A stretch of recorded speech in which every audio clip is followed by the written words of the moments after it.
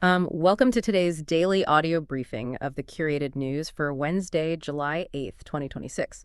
Curated by Sandeep Ohri, we're basically unpacking his daily posts to get you up to speed on, well, what matters most today. Exactly.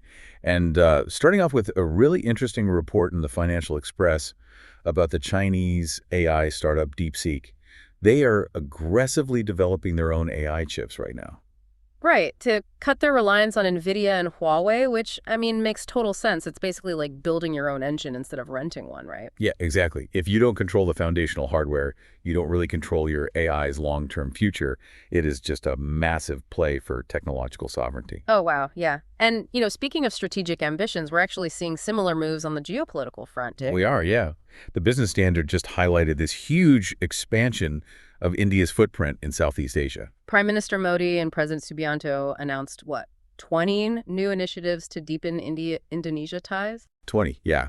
And the sheer scale of the partnership is what's really impressive. Indonesia is actually procuring BrahMos cruise missiles and Astra air-to-air missiles. Wait, really?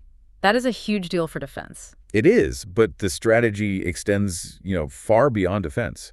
India's UPI is being integrated directly into Indonesia's payment network, and IM Bangalore is setting up a brand new campus in East Java. Oh, that's a textbook example of exporting both hard and soft power simultaneously. But does the domestic data actually back up that international swagger? Well, the numbers certainly support it. According to the Business Standard, India surged to become the 11th largest recipient of foreign direct investment globally. Wow. Yeah, we're looking at a 44% jump to almost $38.89 billion in 2025. You can see that capital moving on the ground, too. Quick commerce, for example, is up 40% year on year. I saw that data point. Blinkit, Instamart, and Zepto expanded their dark store networks by nearly 48%. But here's what I just don't get. Are there really that many people in metros like Mumbai and Delhi ordering groceries in 10 minutes to drive a 40% national jump? Well, that is the secret sauce. It's not just the metros driving this anymore. Oh, interesting. Yeah, a Red Seal report cited by the Financial Express shows Tier 2 cities are completely redrawing the logistics map.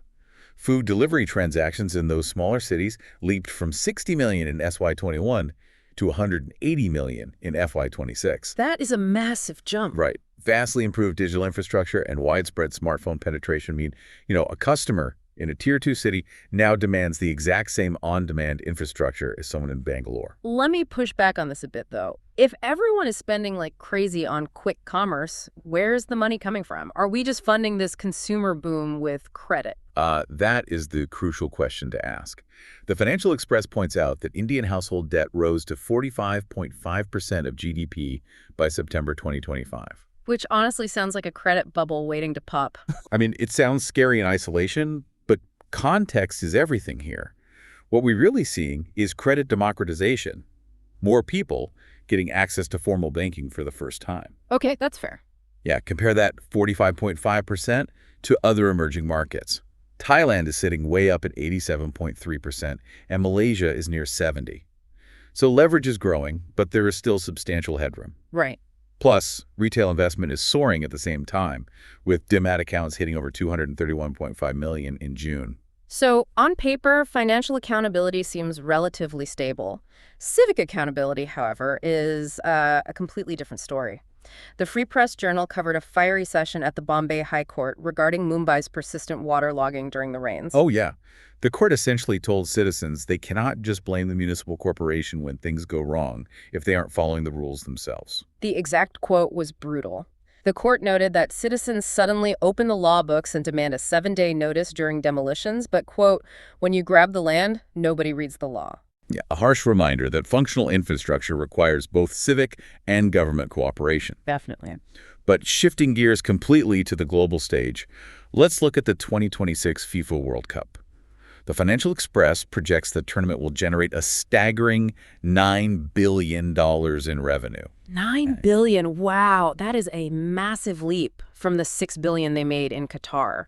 I guess FIFA's revenue machine just keeps churning, regardless of all the noise. The commercial momentum is completely detached from the on-field drama. They seem entirely unbothered by controversies like yesterday's accusations that referees were blindly favoring Argentina in their match against Egypt. Despite the drama, the quarterfinal lineup is officially locked in. And some massive heavyweights have already been sent packing, Yeah, they have. meaning Germany, Italy, Portugal, Colombia, Egypt, the USA, and Mexico are officially out of the reckoning.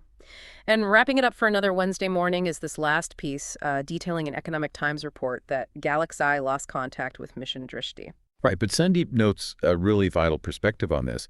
He points out that these aren't failures, they're stepping stones.